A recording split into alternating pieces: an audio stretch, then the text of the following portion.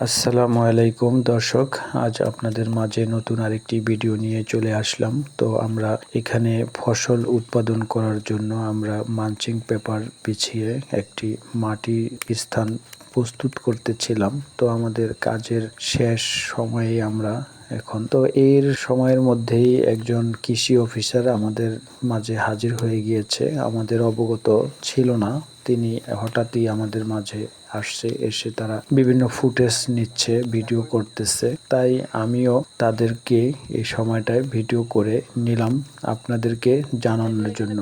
দর্শকরা সারা দেশের জাতি আপনারা জানবেন, বা অনেকে জানেন অনেকে জানেন না, যে কৃষক একটি দেশের কত বড় মূল্যবান অবদান রাখতে পারে দেশের জন্য, জাতির জন্য।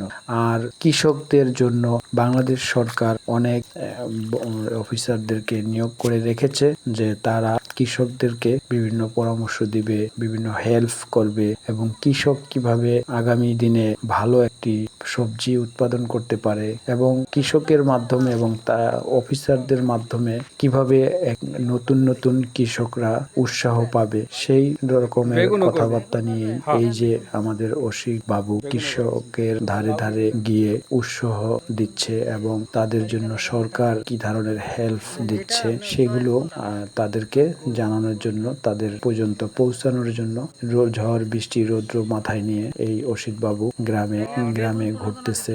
বিভিন্ন কৃষকের বাড়ি বাড়ি বা কৃষকের মাঠে ময়দানে ঘুরে ঘুরে তিনি বিভিন্ন চেষ্টা ফিকির করতেছে। তো এই অসিত বাবু শুধু একা না, সারা বাংলাদেশে আরো হাজারো অসিত বাবুরা আছে। এইভাবেই গ্রামে অঞ্চলে শহরে সব জায়গায় এই কৃষকদের উৎসাহ বাড়ানোর জন্য, এবং কৃষকরা কিভাবে টিকে থাকবে সেই কাজগুলো আগামীতে আগিয়ে নেওয়ার জন্য এরকম হাজার অসিত বাবু ঘুরতেছে আপনাদের আশেপাশে। যারা মানে বেগুন নিয়ে থাকে, তারা মানে বেগুনের এই যখন বেগুনের যে একটা রোগ আছে, এই রোগটা আসলেই মানে তারা আতঙ্ক হয়ে যায়।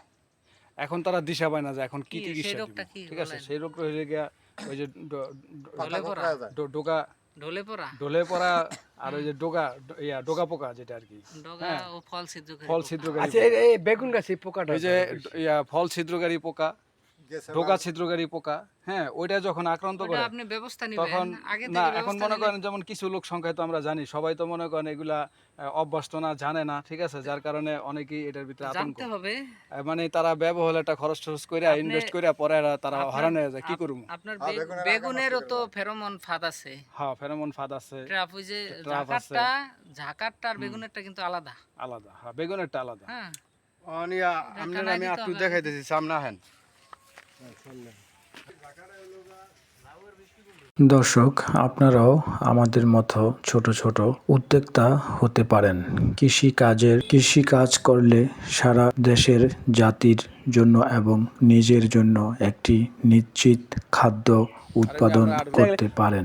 দর্শক, আপনারা আপনাদের ছোট ছোট জায়গায়, আঙিনায়, বাড়ির আশেপাশে যেখানে যতটুক জায়গা আছে ততটুক জায়গায় পারিবারিক পুষ্টি বাগান করতে পারেন, অথবা বড় ধরনের সম্ভব হলে উদ্যোগ নিয়েও করতে পারেন। বন্ধুরা, আপনার একটি উদ্যোগে অনেক মানুষের কর্মস্থানের ব্যবস্থা হতেও পারে। যাই হোক, আপনাদেরকে অসংখ্য ধন্যবাদ আমার এই চ্যানেলটির পাশে থাকার জন্য, আমার ভিডিওটি দেখার জন্য। বন্ধুরা, বেশি বেশি শেয়ার, কমেন্ট, লাইক করে দিবেন। আপনাদের একটি লাইক, কমেন্ট, শেয়ার আমার আগামী ভিডিও বানানোর একটি উৎসাহ। আপনারাও কৃষি কাজের উদ্যোগ নেন, কৃষি অফিসারদের নজরে আসুন। বন্ধুরা, আজকের ভিডিও এই পর্যন্তই। দেখা হবে আবার অন্য কোনো নতুন ভিডিওতে। ততক্ষণ পর্যন্ত আমার চ্যানেলটিকে সাবস্ক্রাইব করে পাশেই থাকুন। আপনাদের সুস্বাস্থ্য কামনা করে বিদায় নিচ্ছি। আসসালামু আলাইকুম।